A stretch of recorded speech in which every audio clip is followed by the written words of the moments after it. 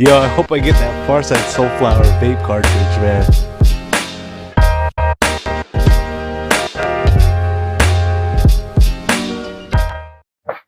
Oh, you watching the Comedy Plug on Pharcyde TV. Bammy.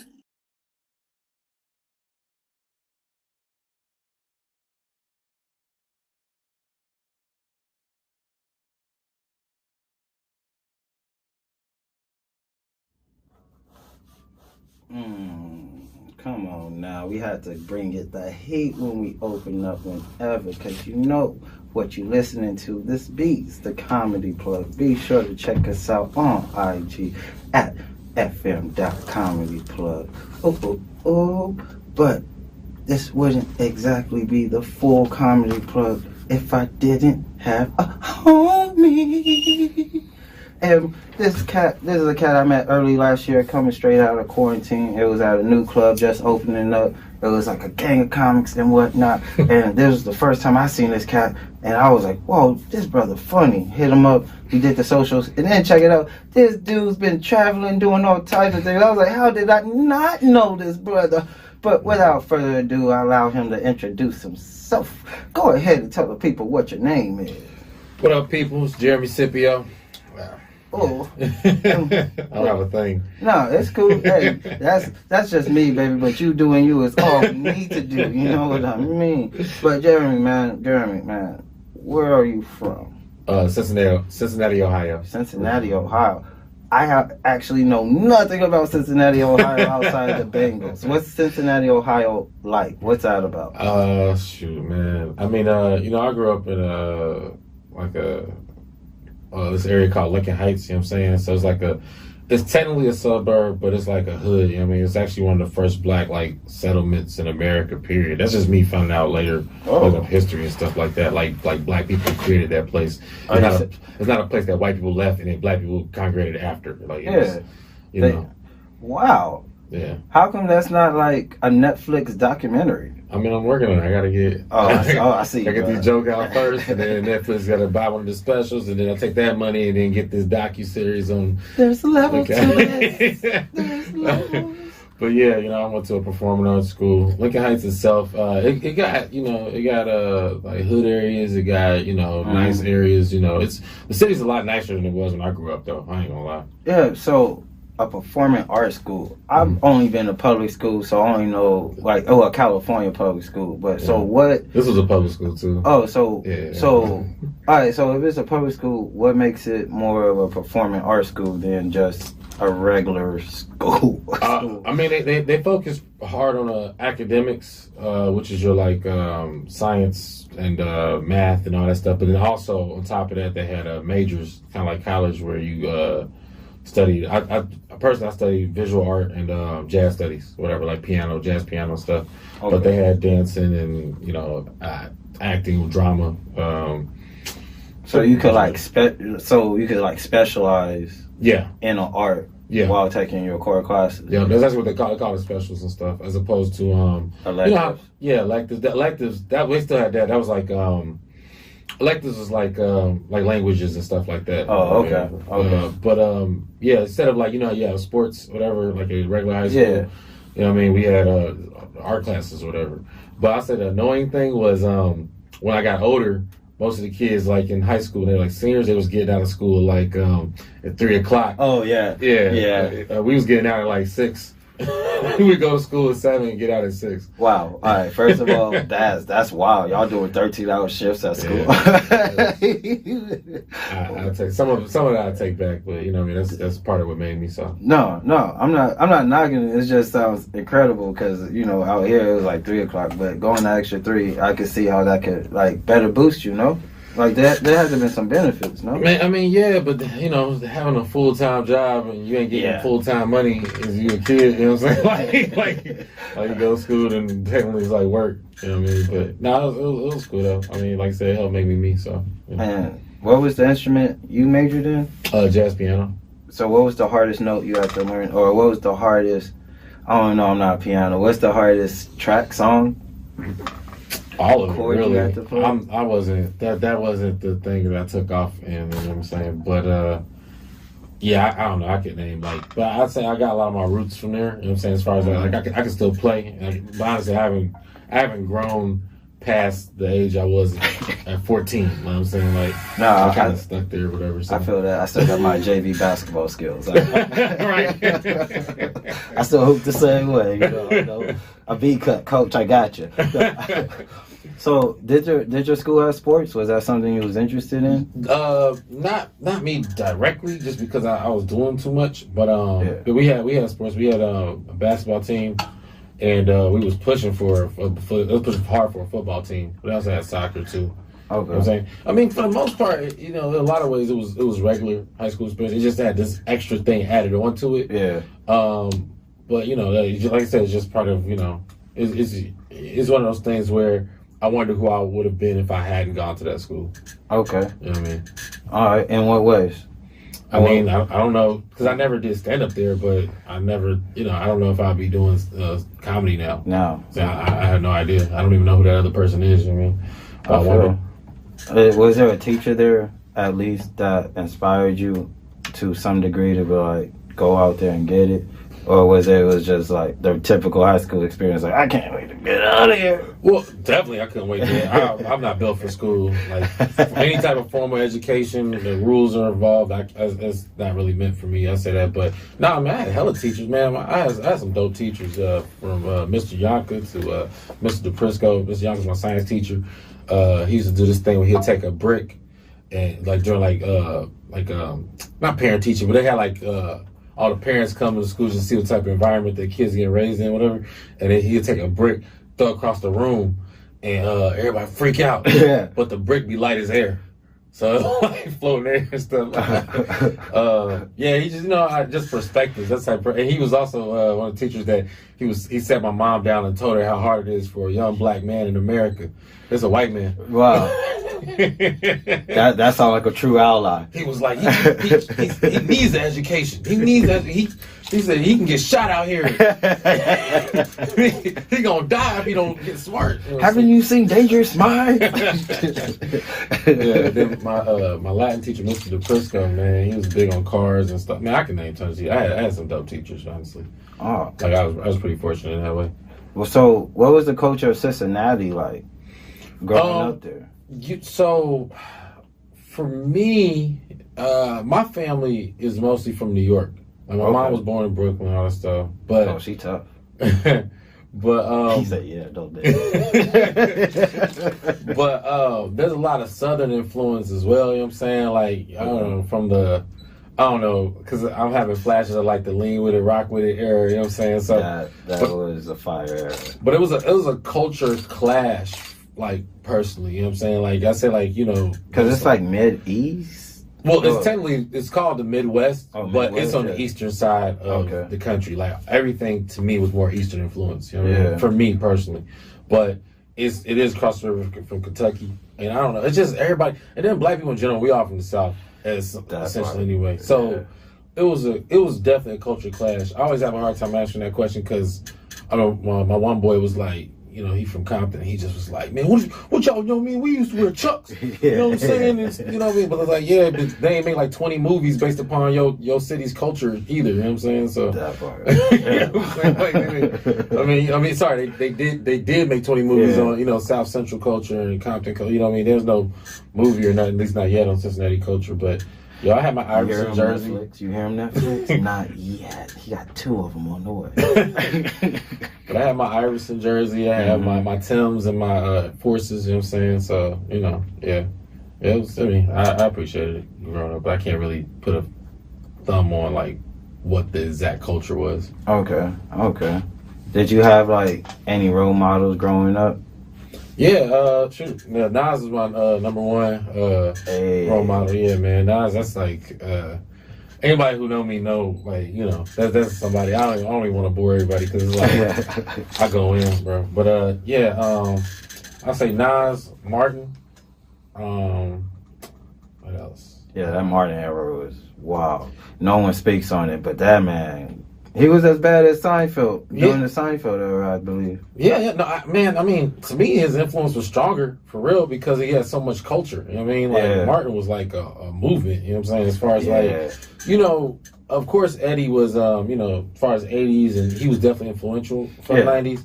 But Martin was the stereotypical '90s man, and people were like, you know what I mean? To he the point was killing everything. Yeah, people imitating him like what's up? Yeah, like hey, sing, you know what I mean? Like that whole the whole crying like Gina. Even Kanye even mentions him in that, like filming Martin with no Gina. Like yeah. And I say even now, like because you know Martin is like you know, he didn't get as many accolades and stuff. I think he got nominated for an Image Award or something like that. Like you know, back in the day. No, I'm talking about the Martin show, TV show. He got nominated for an Image Award, but it didn't get as many like, you know, praise back then. But the fact that it's like one of the longest. I was privy to talking to the program director for BET, right? Wow. Do you know this is a couple of years ago, so maybe it's inaccurate, but they said the ratings for the Martin show is more than any original programming on BET today. Well, then, whatever. So this is a couple years ago. So that shows you the influence of Martin, you know, as it was, whatever. But yeah, that's definitely, man. That dude, yeah. And what was it about Nas? Nas, I don't know. I like Nas because he was chill. He didn't really have like a strong gimmick. You know what I mean? Like a lot of rappers were super gimmicky. You know, no offense to anybody, but from Nelly to Luda and I mean, of course I like all those guys. I like Jay-Z. I like DMX, whatever. But even like DMX was kind of gimmicky. You know what I mean? And what? How? What? He's a full... No, that man was out that. Dog, you know what I'm saying? But he wore dog chains, like actual choke collar. Okay. You know what I'm saying? He's like, where my dogs? You know, that's his thing. There's no, not mocking him, but I'm saying Nas was just like the cool, like... I feel you. You know what I'm saying? And I'll tell you, my cousin put me on to him, but it was funny. He was asking me what type of hip hop you like, and I remember saying something like, "Oh, I like Jay-Z and like and DMX." And this is like during like the Can I Get A was out. You know what I mean? And I remember he was like, "You should listen to this." You know what I'm saying? Yeah. I think it was written. I listened to front to back. Then back to Illmatic. And then, man, after that, I mean, just it was, to me, life lessons and stuff Nas say, and it's very educational, too. That part. But it also, it keep you current in the sense of, I mean, he wasn't like, he was talking about stuff that, kids shouldn't hear, too. You know what I'm saying? So, I mean, I ain't going to go into all detail on that, but I'm like just saying. That Rewind song on Stillmatic. Man, look, I tell you. How great of a composition of a song is that? Yeah. Well, that's the thing. His concepts in general, he had Gave You Power, you know what I'm saying? Which, that song was, was him talking about the perspective of a gun, like, just giving the perspective of being the bullet and entering people, stuff like that. And it just being passed back and forth. And I don't know if people know, but Tupac's Me and My Girlfriend was, Tupac heard Nas say that, do that song, and he was jealous, so he made his version, was Me and My Girlfriend, was about him and his gun or whatever. But yeah, from that to I'll tell you what song I listen to like religiously, like right now. Yeah. Is What Goes Around on Stillmatic, Poison. Oh, all of my worst enemies and it's poison.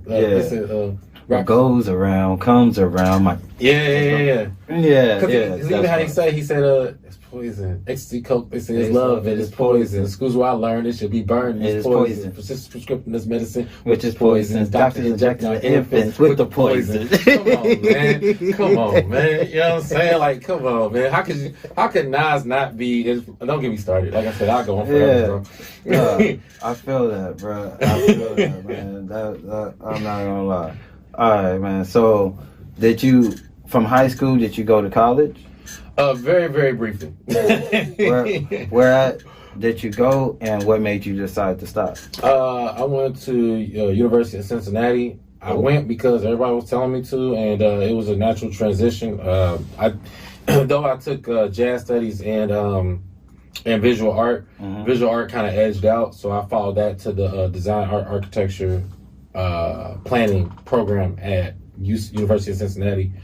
And I was taking, It was actually dope because you know, just as far as like art studies and stuff like that, like just you know, learning about because I already kind of learned about that stuff in high school. So just going to like a big classroom like you saw on TV, like you basically going to a movie theater and you don't have a personal interaction with the teacher. Sometimes, you know, there's of course different. So it was like 50 people, like in higher learning, bro. Like that's my like it was.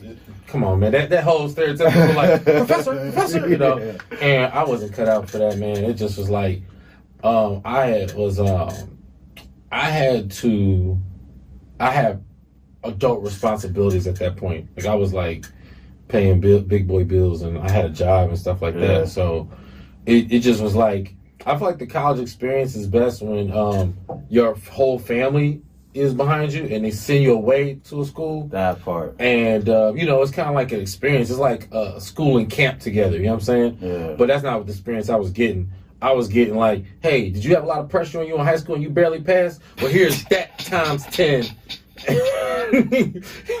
Oh, and try to have a social life. Yeah. You know what I'm saying? And then I was like living this adult life, but I wasn't 21 yet. Yeah, you 18. Man, so that is my constant problem with how we do college here in America. We're sending 17-year-olds, because the 17 and 18-year-olds out to live this adult life, and most of them don't even know how to wash their own clothes or make their own food yet. It's like, we should. And I think another marker that you said that was key was college really depends on family support. Yeah. Well, just that environment, you know what I'm saying? Yeah, you know, and it's not a knock on people, because, you know, it's possible. It is. I'm not saying you can't do it solo, but I'm just saying, like, you know, to have that, like, oh, there's an extra book I can't afford, let me just go get that. And even if you have full ride scholarships and all that stuff, you know, it's just more to it. And then you got like the credit industry and all that stuff, like targeting you because they know they legally can get you to sign or do some stuff. And you don't, you know what I mean? Like straight up, bro, I could do a whole thing on that too. Damn right, criminal. But they know what they're doing. You know what I'm saying? Because that's like you turn 18, you a new customer. You know what I'm saying? Exactly. They lined up there, and like they literally got from how I remember, table to table to table to table to table. Yeah. Of here's 1,000, here's 800. You can get this one if you sign up for this one, and then we give you this one 3 months later. Like, they got me. I started a bank account from one of those things. It was like, yeah, you can start a bank account for a quarter. I'm like, what? You know what I'm saying? Some credit, open a new line of credit or something like that. Yeah. But I ended up getting my next job from school, from one of those job fairs at the college, was Jackson with tax services or whatever. So yeah, I did taxes for a little bit, and I sucked at that. But did you retain any valuable knowledge? Absolutely. Yeah, I learned. I got like a little war against like H&R Block and like Jackson Hewitt, all those places, because they kind of rip offs. But you know, I always call them like the McDonald's of the tax industry. You know what I'm saying? Like, if you want it, it's there for you. But truth be told, like, you can always say, just go get a CPA, man. That's somebody who actually went to school, got a degree in doing taxes or something like that. And what CPA stand for? I don't know. But go out there and Google. If you're listening right now, go Google and then hit me in the comments. I want to know too. No. They're not expensive. I mean, they're expensive, but compared to, you know what I mean, like, you get somebody who's personalized. It's a person who actually handles your stuff versus somebody who's just putting you in the assembly line. Because I was one of the people that somebody hand me their tax stuff and they basing everything off a commercial. Like it's my money and I want it now. You come on down and you get the highest refund. They're not doing the full long form, huh? What they do is they do that, but what they doing is there's a certain program that they run it through, and to do that, they're taking, so they get you a decent refund, but what they're charging you to do your taxes is criminal. You know what I'm saying? It's not even close. Because it doesn't take all that. And when they're selling you an earlier thing, like they say you can get it, like some people, they say they do your taxes like December, you know what I'm saying? But they base off your last check stub of the year, which is possible, but what they're selling you is a loan. Those places are loan companies. What happens is them giving you your money early is they're giving you this loan and they do all the numbers in there and your money is released around May. Because what happens is that's why you have to have your taxes done by April 15th. Yeah.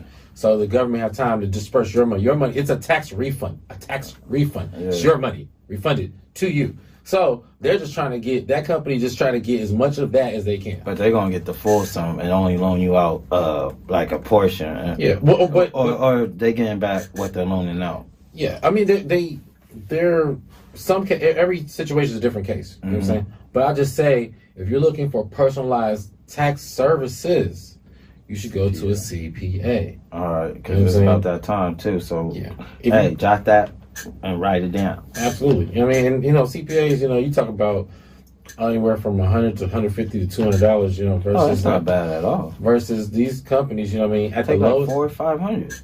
Back in my day, they was doing like at the lowest H&R Block, and it was doing like $250. But I think it's up to like $300, even $400. Yeah, I did them last year. And the better the program you get, the more you talk about $400. That's just gone. You know what I mean? For no reason. For no reason.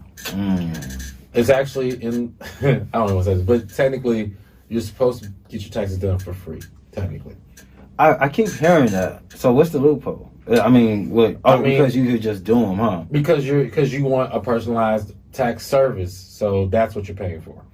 In case I mess up, it goes on there. Yeah, well, everybody has a different scenario, but yeah, essentially. Dang, man. Hey, dude, you really came through and dropped gems. I like stuff like that. I really always try to encourage gems. Nah, because you're on the comedy plug, baby. You got to come here more than just entertainment. You got to get a little jewel for the bling bling so when your gold grill shine and go ding. But we're going to keep it going with the comedy portion. This is, we're going to be playing snippets from your album.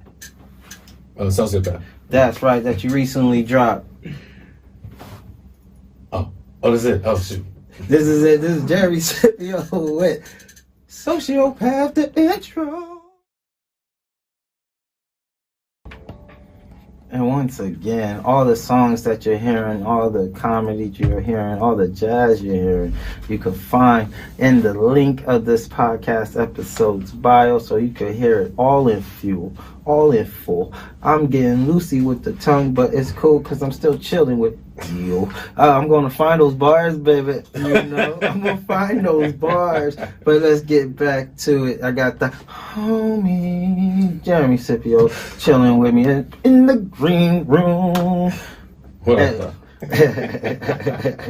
So, my G, you went to Cincinnati, and, you went to University of Cincinnati, had the full-time work college experience, and then you're like, this ain't for me. Yep. So, when was it that you made the transition to both comedy and Cali? When I said it was about 2010, 2009, 10-ish, whatever. I started working multiple jobs, and I had a little bit of money on me. And when you got a little bit of money, then be like, all right, well, what do I really want to do? That's what I'm saying. So then I started going to Newport, Kentucky, Funny Bone. Started going there, and I actually took a comedy class. A lot of people don't know that. That was the only way I can get in the club. Otherwise, they wouldn't really mess with me like that. They would. So it was like the Flappers of Kentucky. Yeah. Well, the funny bone chain. They that was for me. But then from there, the people that I did the class with, they kind of all they tried to stay tight, or whatever. They had to form a group or whatever. I did a couple of shows. Then I was doing shows near my neighborhood or whatever. Like like real hardcore black rooms. They was tough, man. But they throwing stuff at you, booing. Nah, not that crazy. New York was like that. Not even just New York, like Brooklyn or whatever. I haven't done a comedy in Atlanta, but I heard they was like that too.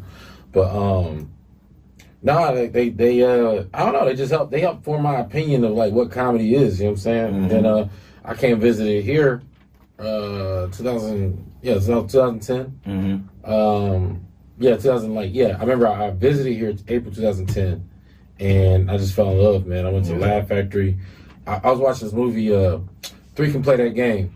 And I was falling asleep on it. I was getting ready to go catch my plane. So I caught the plane, landed, met up with the homie. Then we walked up Sunset, and I get to the Laugh Factory, and Tony Rock's standing out there. He's in the movie, so it's kind of weird. It's the last thing I saw.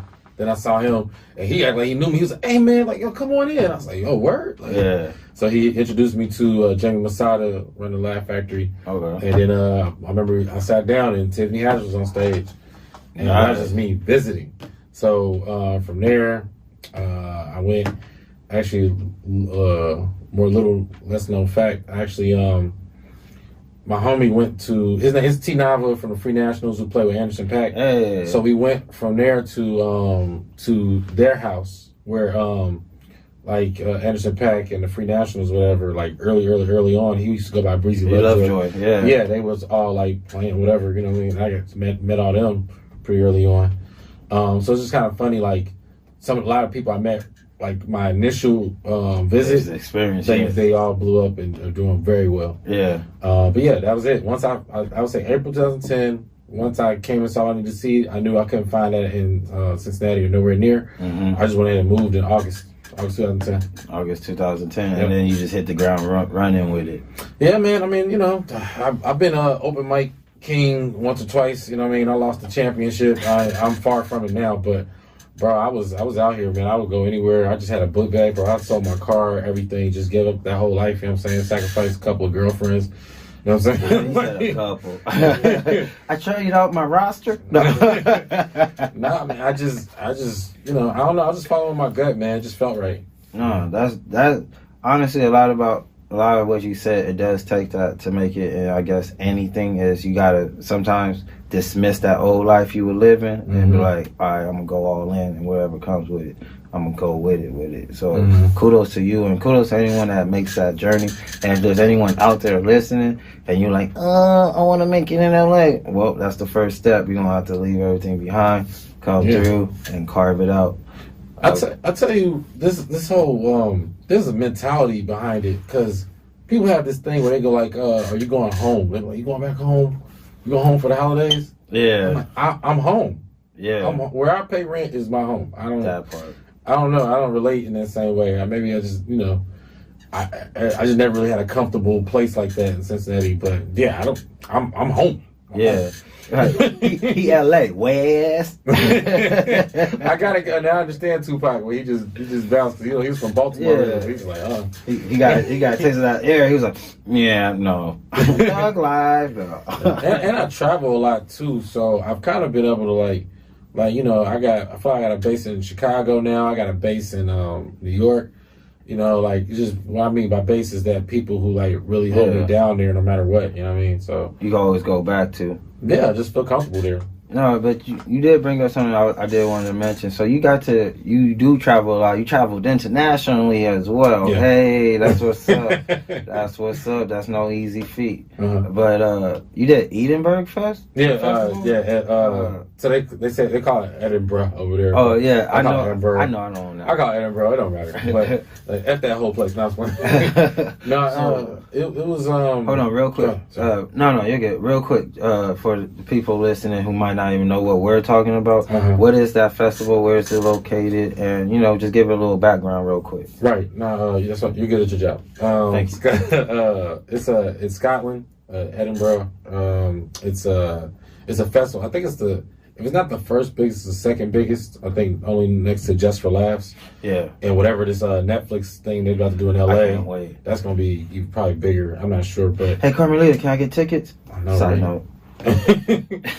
But shoot, can I get on? You know what I'm saying? I'm trying to get on one of these stages for real. They turn the whole city into a stage. Oh, it's so beautiful. That's crazy. It's so beautiful. But Edinburgh is they turned the city into a big comedy festival. But it's not just stand up. It's from one man shows to, you know, like just plays. So stage like performances overall. Yeah, and it's cool because you know if you've you know, that was my first time being I think it was my first time being out the country was going there. Yeah, nice. I think so. So yeah, just you know, having the exchange rate of your money and seeing how that goes. A lot of people worry if their material is going to translate over. I didn't have much of a trouble transitioning as far as my material goes because for them I realized like American stuff is like TV for them. You know what I mean? So they're up on our culture. We not up on their culture. Like, but they up on us. So they know everything. I say the big news back then was Idris Elba playing James Bond. Oh, something like that. Yeah. So honestly, like, as soon as I get on stage, they be like, oh, Idris Elba. I'm like, I ain't James Bond. Something like that. And they just laugh. You know, and then on top of that, just black people, we more performance-based in general, so I don't even have to do a punch. I could be like, oh, stop. He's playing basketball. You know what I'm saying? So it's just, but it's cool. It's like you kind of, like they take any place and turn it into a stage. Any place. Like, okay. There's so many stages there, and you can not only do shows, you'll do a show, and then you go watch shows. So what was the most unique show that you saw or participated in while out there? Man, it's this guy. I cannot think of his name. Wow, that's a good one. This dude, he was doing, I went there with Ari Shafir, Jessica Michelle Singleton, and Jeffrey Baldinger. We, I can't think of this dude's name. This dude, he had a crazy show. I mean, his dad was like watching like the most talented homeless person, man. It was like, this dude was wild. I can't think of his name, but I just remember he did this one thing where he did Kermit the Frog. Like, I'm messing this all up. But it was just really, I just remember leaving that feeling blown away. I was like, wow. Like, because, you know, what we consider performance is still like some little, like, it's still like some train tracks that you gotta follow, you know what I'm saying? Yeah. When you see somebody like totally inhibited, like, you know, just, like they're just free. Like, oh, he don't care. Like, he don't. Yeah, I think, that's what he did. So he did, first he started off like this Kermit the Frog puppet, right? Yeah. And then in the middle of the performance, he's singing, and it's beautiful, right? He pulls it off, and he's just doing his hand. And he's still singing. Yo. And he was just like, he just wanted to just know, like, yo, this is still just a hand. Like, y'all are tripping over me. Y'all, like, this girl's about to cry. He said, you about to cry. I'm just doing my hand like this. I just want you to know that. Like, you're crazy for crying at this, you know? Yeah. But yeah, man. I wish I remembered it. That's some heavily conceptual pieces over there. Also, was it Keith Johnson's out there, Dulce Sloan. Hey. Man, we was out there, bro. It was fun. Man, from what I've heard, I have not had the opportunity or pleasure going over it before. I've heard some comics tend to get burnt out of the festival. Did you experience any of that? So, okay, it was weird timing because you're supposed to sign up for the festival like from November to like January of the year previous. I went in like 2018. Okay. So I was geared up to go, but my father got sick around that time, around the time of the festival. Mm-hmm. So it's and dang, I think I'm confused. Yeah. No, you know what? I think I booked Caroline's. It was some craziness. Anyway, my dad got sick, and I booked Caroline's. So instead of going for the full month, I ended up going for 2 weeks instead. Okay. So I didn't get it as bad as the people who are going for the full 30 days of the festival. It's a festival that goes on for 30 days. That is insane. But the homies did that, I think the year after, or whoever went the year, they get burnt out for sure. Yeah. I mean, I didn't, for me, like, I live this, man. I mean, it's just dope, man. You know, I just say that the food. I mean, what, not food, everything's more expensive there. You know what I'm saying? Because I think one of our dollars is like one of their dollars is like $1.70 of ours. Oh God. Yeah. So, and stuff is just more expensive in general. Yeah, because they know it's festival. Yeah, you're gonna run through your money, but it's fun though. It's fun, and you don't need much. Everything's walking distance. You know what I'm saying? I like something you just said right now. You snuck it in there. It was cool. You was like, I live for this, man. that was a pro statement. That was the tone that it was said. Let's go, man. I'm with you. Yeah. But so we're playing snippets from your most recent dropped album, Sociopath, right? And was that something? It's not just an album, right? It's also a visual unit, special, a visual special as well. So when putting this together, was this something that was totally orchestrated by you, or did you have like a team behind you that helps you move between? Like, I like that you asked that. Honestly, I don't feel like I give the team enough love, and I want to give them more love. Real talk, because I feel like a lot of things I do out here is based on friendships. You know what I'm saying? Just relationships in general, and the people who they formed up. Bro, we did that in 2 days. The whole thing. We knocked it out as far as pre-production and production. Wow. And, I'll say post is what took forever. But just trusting people to do their job, you know, like with limited information. You know what I'm saying? You know, but trying to remember, what was the original question? Was there something that was solely orchestrated by you, or did you have a team behind you that helped you move? Yeah. So you had a team. I had a team. So in what areas did you have your team, and what places did they help you succeed in accomplishing? Right. So I say visually, I knew a while ago, you know, because you formulate the material, you know, as you grow as a comic or whatever. But I just while you know the pandemic was going on, you know, at March, whatever, you know, I was actually in Boston when stuff jumped off, and I was trying to make my way back to LA. Oh yeah. Because I was just, you know, hitting it hard like that. So from there, I did take a break. I took a break from March till May, I think. May. Okay. You know, and everybody else was like... That was early pan. Yeah. So I think I did a show, and I did June, because I did the march, the Black Lives Matter march. Were you in the one? Which one? The come up march.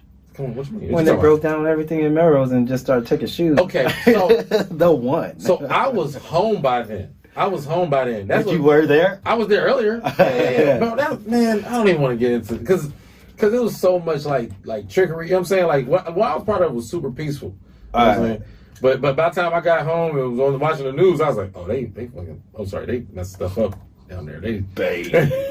I was like, it was like burning and watching it. Yeah. So, but it started in Beverly in the park. Yeah. But I just had to talk about it, so I went back on stage immediately.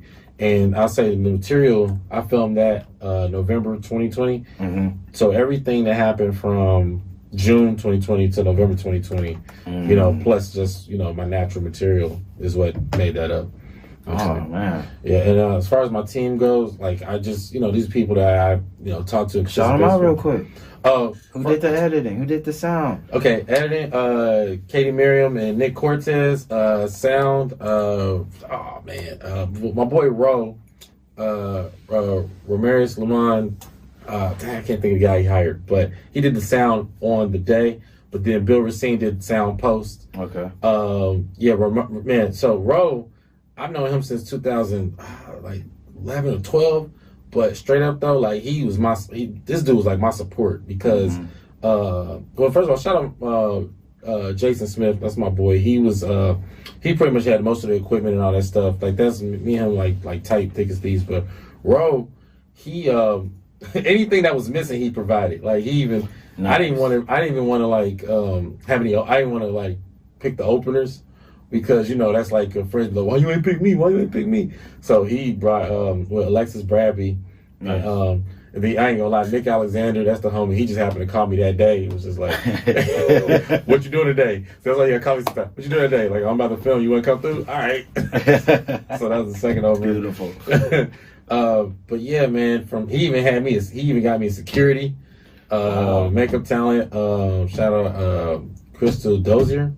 Yeah, she did camera and makeup and all that stuff, and you know, just other stuff. And then my boy Mikael Garrett, he really he was had Ed Studio LA. He just had that space because he worked there, and he just goes. He just told me like, yo, if you got something you want to bring, like, let's just knock it out. Yeah. So I kept gearing up to do it, but bro, any excuse I had, bro, I'll tell you, it's like, I gotta get my haircut today. All right, we'll do it next week. So then finally, when it was a threat of them shutting LA down again, yeah, that's when it was like, yo, let's just go, let's just do it. And he told me, he said, I got this day open, or I got in 2 weeks, and it might not be a 2 weeks. Mm-hmm. So he's like, let's do it now. So that's why that deadline kicked in, where it was just like, oh, we got 2 days. So day one was prep, and Mikael provided the lights and everything, the stage, everything. You know, with the camera. Also, let me get this right. Dang, I can't think. I'm definitely missing names, but I just say my team. Y'all know who you are. They definitely got credited on the special, so you'll see the names in the credits. And even getting the people out. Everybody who showed up are people who, if the world was on fire, they showed up to see That's me. Beautiful. Because, let's be honest, man, a lot of people were like, I ain't going out there and risking my health, risking my which was fair. My parents' health, my grandparents' health, and my children. They're like, I ain't doing that. So everybody who showed up, that means they was like really, really messing with me because technically, the world was off limits and that show was technically illegal. So yeah, I did a lot of illegal open mics. Yeah, I know what you mean. I did an illegal special. That's crazy. And I remember even the it's a bootleg out. The venue even had a limitation on how many people were allowed in there. Okay, we were only supposed to have 25 people. We did two tapings, and we was only supposed to have 25 people. First one we had like. Even this number is a lie. I already know it was like 36 or something like that for the first one, but that's a lie because I know it was way more. And then the second one, man, we had it was like 60 something people, and we still turned people away. But it was crazy. So, you know what I mean? They was like, yo, you doing this and we doing it. And even like how I pushed it because I don't really believe in I'm the marketing plan or whatnot. Yeah, I just hate corny stuff. No offense to anybody, but it's just other stuff for me to go, Jeremy Scippio's first comedy taping now, I'm like, I just think that's corny. I feel you. So, that week I was doing two other things. I was actually doing, I just did a table read for this pilot I wrote. Shout out to Fuquan Johnson because I based it around him. R.I.P. to the big brother of the comedy scene. Man. Absolutely. I think he helped everybody. Ain't nobody got a story about this man that he ain't helped, man. Yeah, he was dope. Mind you, he was one of the first people at the taping. Period. First. I didn't invite him directly. He just showed up. Let me see what this nigga do. Yeah.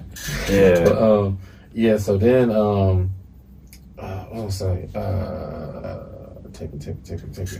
You was doing you was doing gang stuff at the time. You had just got about over 100 people while you doing the tape. It sounded like over 100 people. Breaking code rules. But we had the gun, and we ain't had tests. We had the gun, the temperature gun, so that was cool.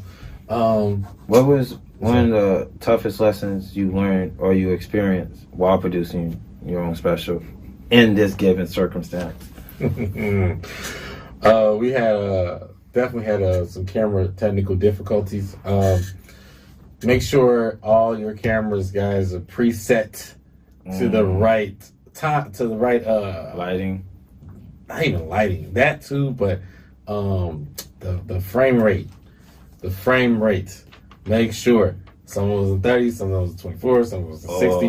Make sure it's all the same. Make sure the same cameras, they're compatible with each other. Motion all off. Make you, man, come on, get all that tight. I ain't throwing nobody on the bus. I'm just saying everything gotta be tight. That's the lesson I learned. It'll never happen again. I like that. And yeah, take everyone, if you're listening to that and you trying to shoot that special, listen to my man Jeremy. Yeah. Also, since we're shouting people, Jay Mandium, my director, dope man. There you go. Yeah. Anyway, yeah. Oh. Yeah, you said shout out. I'm like, wait, the list, bro. No, well, because you always gotta give people their just due, and you know what I mean. Because everyone likes to scream the phrase "self-made," but we all got helped. Yeah, in some degree. No, I mean honestly, man. I'll say I was the brains, but I mean for people to share in your vision. So beautiful. It's all based upon what you don't. I promise my thing is not looking corny. Oh, that's what I was gonna say. So, literally the election had just happened, and we didn't have an official president yet exactly. Because Trump was fighting back and all that stuff. So that's why I just put, and then Kanye and all that funny stuff. So we're gonna pick this right back up, but we're gonna keep it going with the comedy.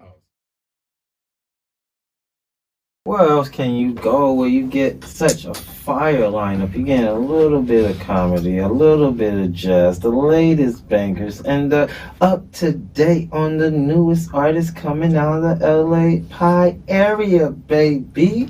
It's got to beat the comedy plug. And once again, any and all songs you have heard or jokes that you have heard, you can hear more of those just by clicking on the playlist link in the bio of this episode. But without further ado, let's keep it rocking with the tune. Get back to the homie.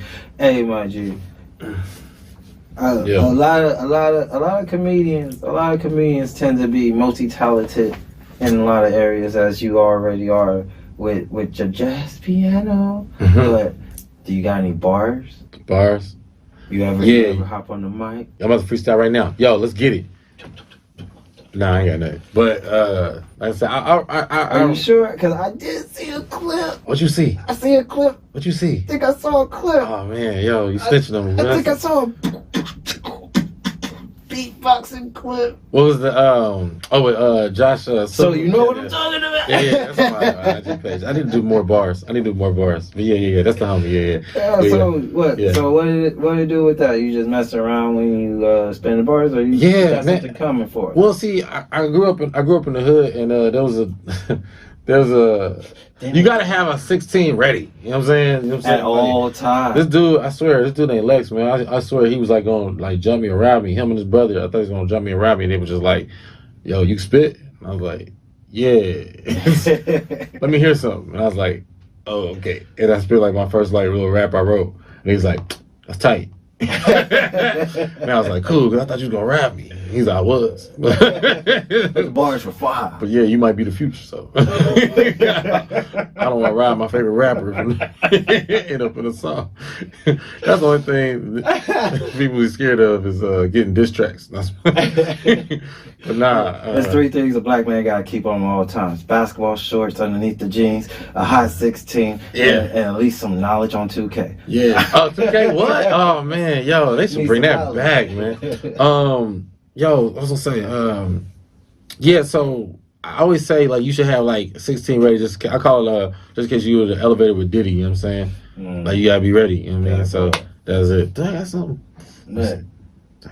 Oh, you gonna kick us a bar? Let me see. Should I? No, sleep. Nah, that's okay. I mean, I ain't got it yet. You probably get a beat.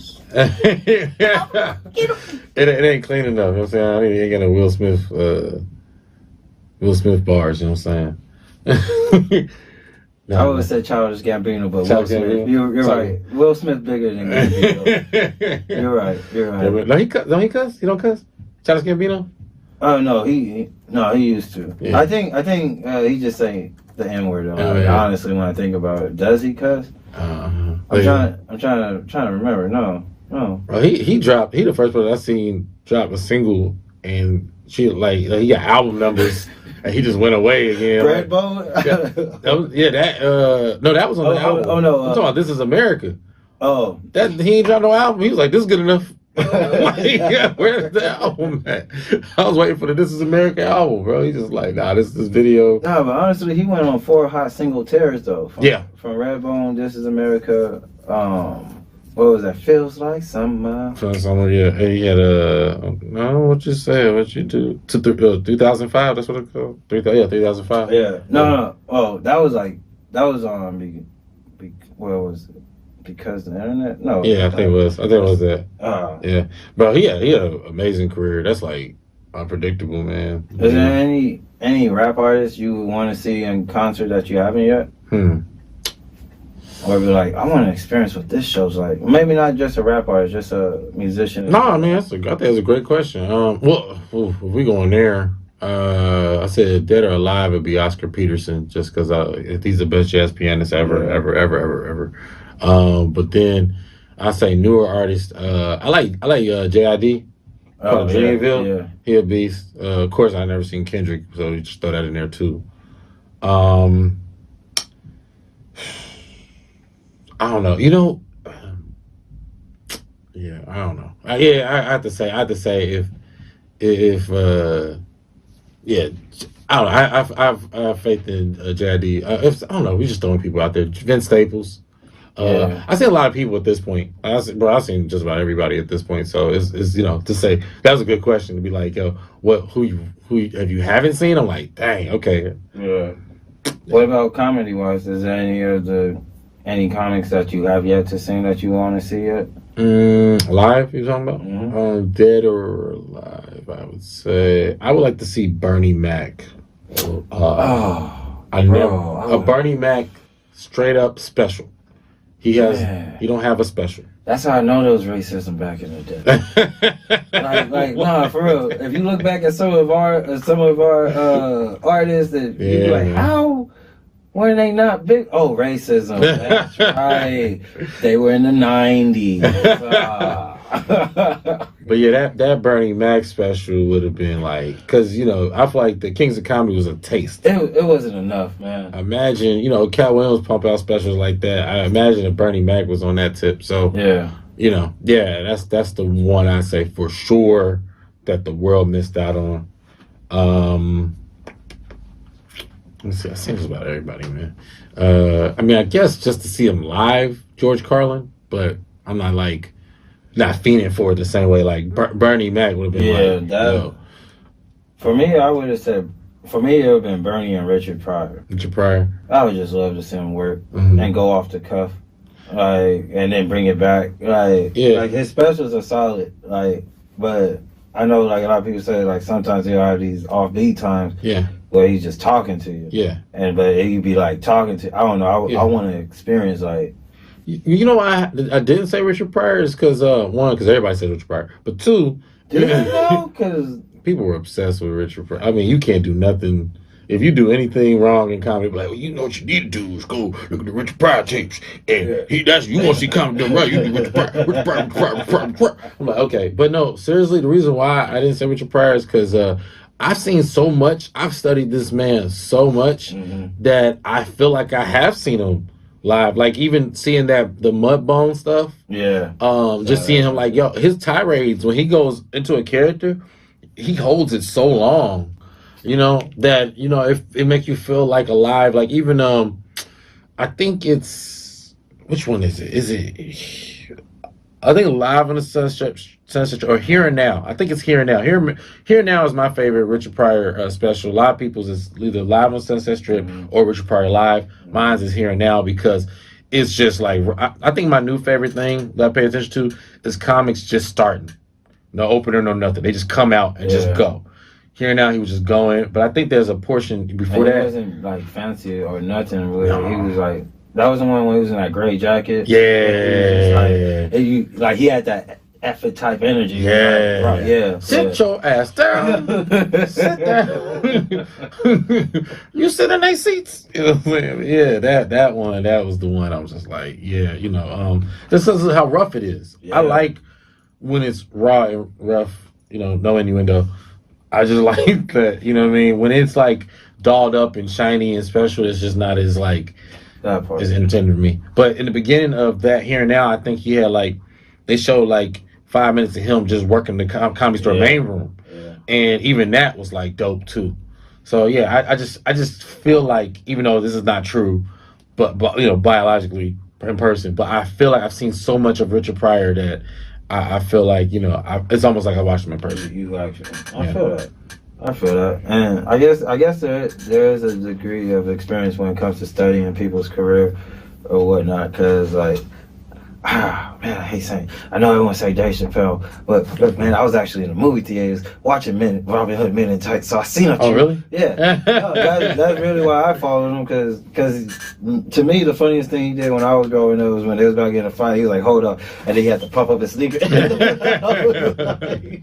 don't know. And then when I saw him again in theaters, seen The Nutty Professor, with my mom and them. Reggie. Yeah, and I recognized him then. And it was like, oh, this is dope. And then, Killing Softly. But I feel like that, because I know a lot of comics out here get to see Dave Chappelle do the pop-up. I have yet to experience one of I got you, dog. But, no, it's not got me. I could wait my time. I'm patient. No, bro, I got you. Literally, I've Dave Chappelle's somebody I've been overexposed to. I've been around him a lot, and I actually got to open up for him back in 2016. What? Yeah.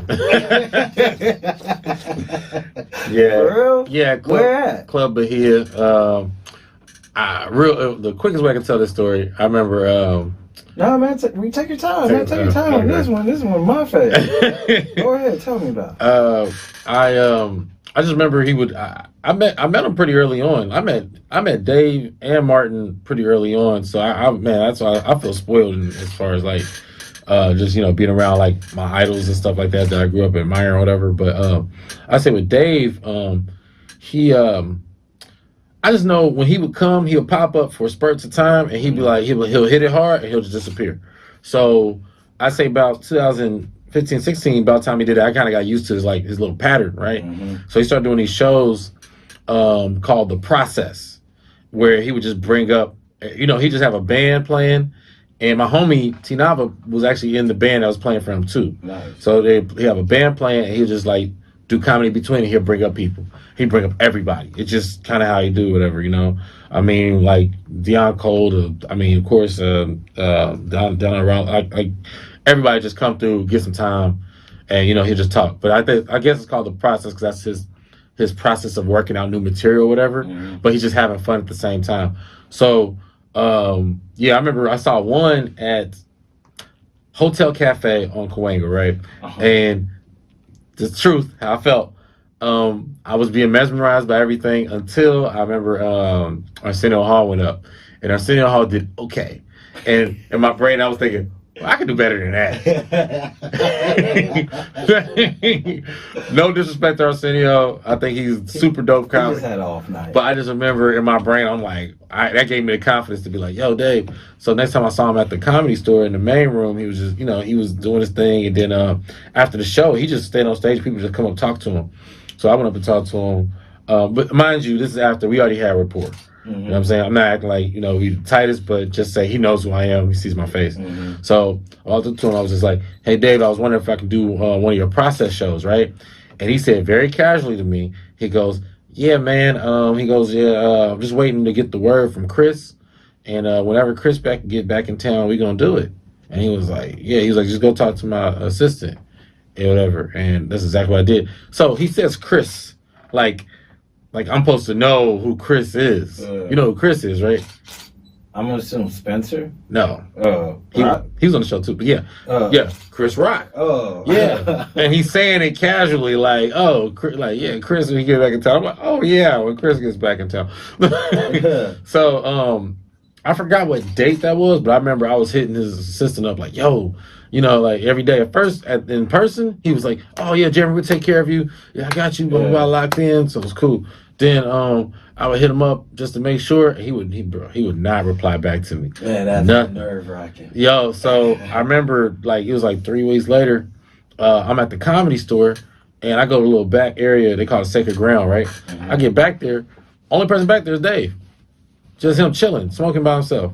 And the only thing he say to me, because a lot of times you be thinking like, how can I maneuver my way into this conversation? Part, yeah. You know what I mean? Like, what do I say? Like, hey man, blah blah blah. Oh, and then by the way, hey, you remember that show?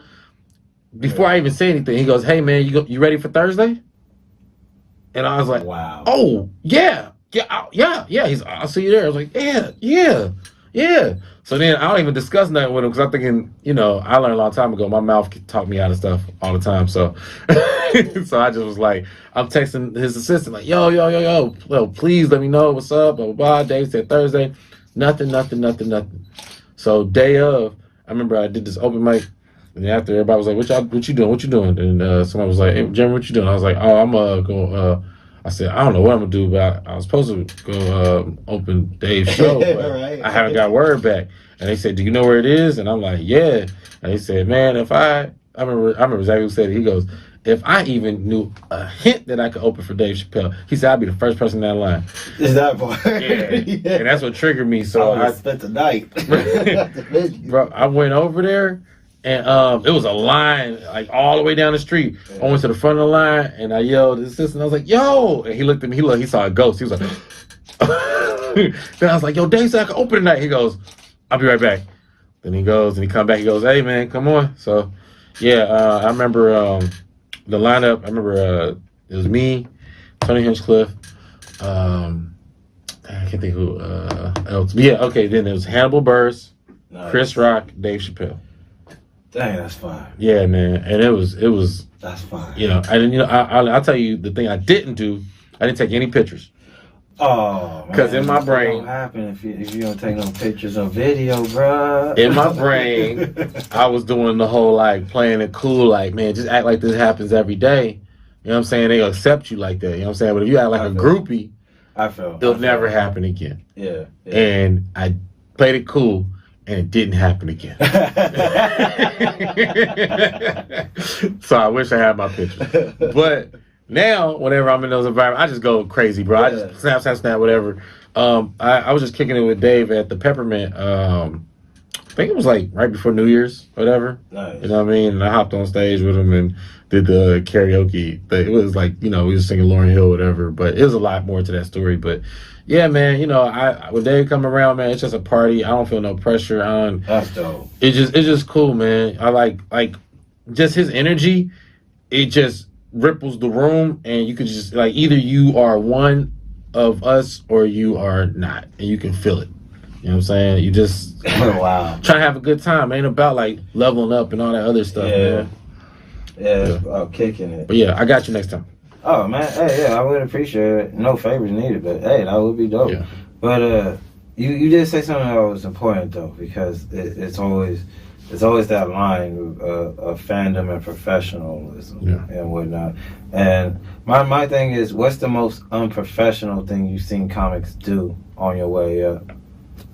Because everyone wants to strive for professionalism, but there's not a real rubric to stand-up comedy. It's hard to say, man, because in this business, man, like, you do get punished for being bold, but you also get rewarded for being bold. That's right. So to say that is very difficult. You know what I mean? But I'll just say, culturally, we all speak a certain language. You know what I'm saying? Like, it's just like family. You know what I'm saying? So I say just being green, and what I mean by being green, like just not being one with the environment, like not taking in the, what's going on, reading the, that's essentially what autism is like not having the ability to read a room and stuff like that. So I feel like, and we all have a certain level of that, you know what I mean? Not, just social anxiety stuff, you know what I mean? I say keep your social anxiety to a minimum and just soak up whatever the atmosphere is. And it also, if you do mess up, that's not the end of the world. But it's hard for me to say, like... It's hard not to feel like it's not the end of the world. Of course. At the time, absolutely. Yeah. I mean, and shoot, just like I got hazed, I'll be there to punish you too. Hey, bro, I wouldn't have did that if I was you. You know what I'm saying? But real talk, I mean, there's no right or wrong answer, because that bold play could be the thing that gets you on, and then everybody just a hater. You know what I'm saying? That part. Like I made a bold play and I benefited from it. You know what I'm saying? I mean, it didn't shoot me to the top, but I got that memory. I opened for Dave Chappelle, and haters was trying to be like, "Oh no, you just was on the same show." No, he asked me, to come through. Like I say, because it was multiple times where it could have not happened. And who cares if you was just on the same show, bro? Ain't nobody could be on the same show as Dave, bro. That stuff hard. Kudos to you, my man. For really, for just on your story, man. Just being able to switch up, leave your home, come over here and get it cracking, dog. Like, forget all that jazz, bro. Like, you know what? Real quick, I say, let me say the worst thing you can do is turn on the comics, man. I say that. Yeah, like the comics as a community. You know what I'm saying? I say, like... I would agree with that. There's a lot going on with that right about now. Yeah, because you can have a problem with a comic, you know what I'm saying? Like a comedian or whatever, especially if they're famous, because, they ain't going to punch down. But if you turn on the whole community, like, you know what I mean? Like, I mean, I don't know. I seen this one comic, man. He literally said... in a show, it was a hard show, but we was having fun still. And when he got up there, he goes, "You guys," he said to the crowd, he said, "You guys need to learn to shut the F up when a real comic is on stage. That's the best way to alienate yourself from the crowd and the comics." Yeah, and he bombed. That was the hardest bomb I ever seen. So yeah, I would say that's the answer to the question. Yeah, man, don't ever turn on the community. That part. But sometimes, dude, it's hard for us to feel like a community because there's a lot of riffraff going on behind the scenes. I don't know. Not gonna speak too much on the jazz on that part, but I'm pretty sure everybody here knows what I'm talking about. It's like high school, man. Just find your own, man. Sometimes you're swimming with the wrong people. You know what I'm saying? Like, just find your own. That's it. There's enough. Anything you relate to, like comics, I feel like can be related to like real people. You know what I'm saying? They be like, oh, why are so many comedians committing suicide? Like, life's crazy. Why so many regular people committing suicide? You know what I'm saying? Yeah, I know, man. There's nothing more special about our sadness and trauma. I don't know. We just vocal. Yeah. We got actually talk about it. That's it. I guess we are stronger than you. No. So, but being that you had so many great experiences from around the world to be able to open up for Dave Chappelle, do you ever feel necessary to still do open mics or do the open mic runs as we typically do, like 3 a night, 4 a night, 5 times a week? Bro, yeah. I have nothing against going hard at open mics. It's just where I'm at right now as an adult. I just don't have time, though. Like I literally have to make sure the moves I make are making money as opposed to spending money. That part. And yeah, I mean, I'm not, however you get it in is how you get it in. You know what I mean? I don't fault nobody for that, but I know a lot of people just knew me as the open mic king. Like, what I mean by that is you was always like one of the first people there. You could sign other people up and all that stuff. Mm-hmm. This is a whole new era. I ain't part of it.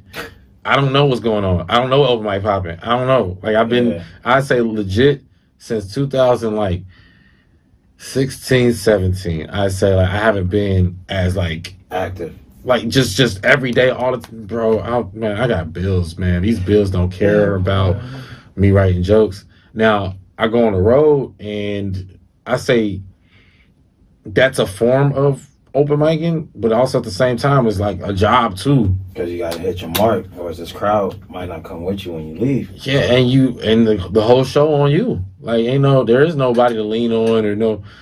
I think this open mic politics that's go on that I'm just not privy to. Like, I feel like if I was to say, let's just say I was like, I got a free schedule and I had time to do open mics, I feel like I gotta ask other people, like, yo, what should I say? What should I do? Like, start fresh. Yeah.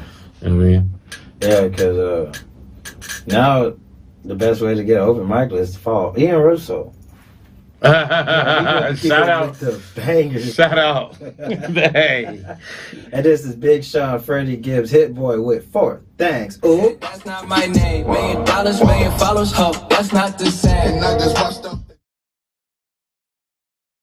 Stuff, man, excellent stuff. Once again, the comedy you're hearing is coming from our guest, Jeremy Scippio. You can hear it live now on the Sociopath. It's both an audio tape as well as stand-up special. Jeremy, where can they see the stand-up special at? Oh, it's not out yet. Oh, it's not out yet. It was supposed to be out Monday, but then some technical difficulties happened. So technical difficulties happen, but you can stay tuned, stay glued, and stay close to Jeremy when that special drop over at JeremyScippio.com, SCIPPIO.com. Oh, and you actually have 2 albums out currently, right?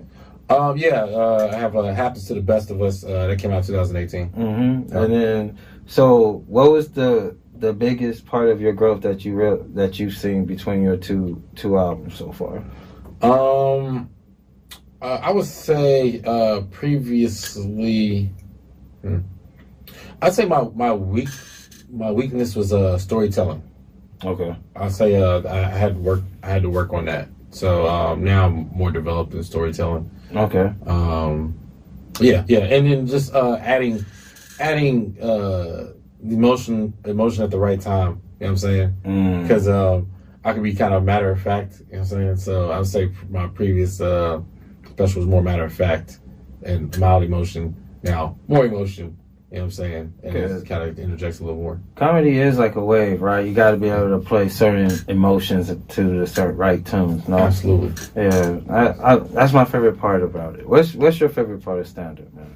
After all this time, after everything you experienced, what's your favorite moment? Just honestly, freedom of expression. Oh, you mean favorite moment? Or just favorite part, favorite moment? Just overall. Overall, yeah, just the freedom of expression. You know what I mean? I hate people tell me to tell a joke or whatever, because just be like, well, that's yours to tell. You know what I'm saying? Like this is my translation of my experience. You know what I'm saying? It's like a deposition. You know what I'm saying? This is me. It's mine. You know what I mean? Like it's funny because it'd be the people who who I run away from, who I can't get a word in with, that I be trying to like get my opinion across. So I go over here and go, "Whew, this is my opinion." And they run back like, "Hey, tell it this way." Like, no, that's my opinion. Like, you can't tell me how to tell my opinion. Like, this is my opinion. You know what I'm saying? Yeah, that's the best part. And then also too, and I'm not against taking tags or suggestions from material, but I think it's interesting in a world where people will be like, "Oh, hey, this person stole my joke, or that's my premise, or that's my idea, that's my..." Oh my God, dog, that is so hard to navigate. Yeah, it's weird where, because I'm, anybody who knows me know I've been kind of selfish when it comes to like, just, I like my material. Like if somebody gives me a tag, I'm thinking, that's something I have to learn too. How to, I feel you. Total 10 years me doing stand up. 11 years we just I think I'm taking 5 tags total, maybe 8 if I'm stretching it. But overall, like, I just think it's doper when it's just like like a writer, like rap. They be like, "Oh, Drake don't write his own rhymes." Yeah. Like, this is how I feel. It's nothing against nobody. It's just, if you came up with it, I don't care how dope it is. It's not as fun for me. So that's the fun part for me, is me coming up with the idea, stretching it out. Now, if I find out that that sociopath, that's already a thing. And say somebody has similar thoughts, right? I have to let it be. But up until that point, everything I said was my idea. I love it. Yeah. As we're wrapping up, my G, as we're getting closer to the wrap-up time, what's something that the people should know about you from coming to one of your shows? What do you want them to know when they're about to go see Jeremy Marcus Scippio? Dang, yo, he threw the middle name. That's funny. Sorry. I did government. It's all good. They need to know that. That's what they need to know. Before you come on my show, know my middle name. No, just know that I'm it, man. I'm the full package, man. You know what I'm saying? Like, look at me like you know what I'm saying? People try to put me in categories like, nah, bro, like, this is, I don't want to, go all arrogant or whatever. I'm just saying that. Arrogant. I'm just saying that. You know what I'm saying? Like, only thing that's limiting me is the tools. Like, I need more tools. I need more access in order to create more. You know what I mean? And the creations, the things I make will be for the people. Oh, now let's get to this lifetime income. I feel you, my G. Oh.